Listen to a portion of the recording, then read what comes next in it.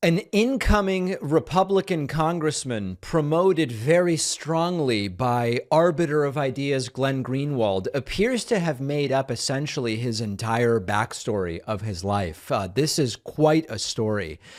Business Insider reports incoming Republican Congressman George Santos reportedly lied about his employment history, where he went to college, losing 4 employees at the Pulse nightclub shooting, and possibly even his residence. An incoming Republican congressman from Long Island has several gaps in his resume, according to a New York Times report. He appears to have lied about all of the things that I just mentioned and claimed to have lost 4 employees in the 2016 Pulse nightclub shooting. Oh boy. The investigation found the following. First, his description of his employment doesn't add up.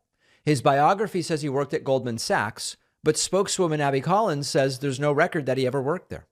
He said he was an associate asset manager at Citigroup, but spokeswoman there said it can't confirm he ever worked there and that they haven't had an asset management operations division since 2005, which is 5 years before he claims to have graduated college. The Times found no IRS record of a charity he says he owns, Friends of Pets United.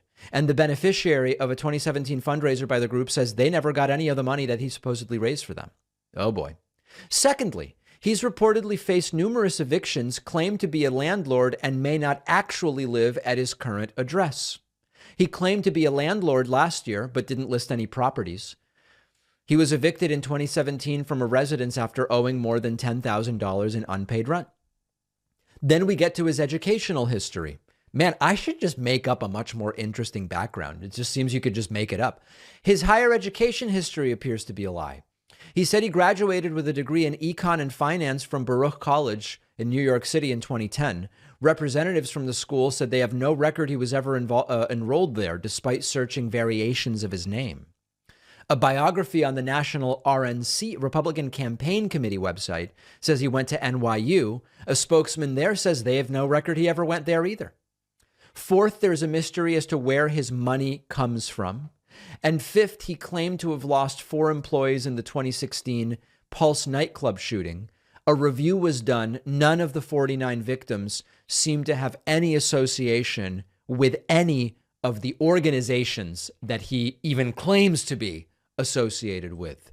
Glenn Greenwald posted in mid-November, meet George Santos, the first ever Brazilian American and first ever openly gay Republican elected to Congress in U.S. history. The son of working class immigrant parents who left Brazil for the U.S. He was born and raised in Jackson Heights, Queens. Looks like that didn't work particularly well. You know, I've wondered before when people just like make up a backstory, they make up where they went to school or whatever. Why are they doing it, given that it seems so likely you will eventually get caught, particularly in a high profile and public circumstance such as this one? Sometimes this is a way to advance my career or to gain social status. I can claim to be more qualified. I can claim to be more accomplished. I'll be more likely to be hired for a job or promoted or accepted socially, or maybe more likely to win an election. Sometimes people will lie about their credentials out of desperation. It's a desperate situation. They feel I'm genuinely not qualified for anything. I need this opportunity, so I'm going to lie to get ahead. Interestingly, some individuals are just dishonest by nature. They're just willing to lie no matter what, regardless of the consequences. This is what we sometimes colloquially call pathological lies. And I've known people like this, people who just lie all the time for no obvious reason. They just lie. They always lie. And we don't know which of these applies to George Santos, but it is not going particularly well. By the way, I mentioned he's openly gay. There are some who are reacting to this with homophobia, where it's the right wingers who are saying, you know, we shouldn't have gone with a gay guy. This is the problem when you go with a gay guy. I'm not aware of any evidence that links gay people to dishonesty. He just seems to be a dishonest clown. Will there be any repercussions? Probably not, quite frankly. One of our sponsors today is Fume. Fume is on a mission to accelerate humanity's breakup from the bad habits that consume far too many of us, including ones that harm our health.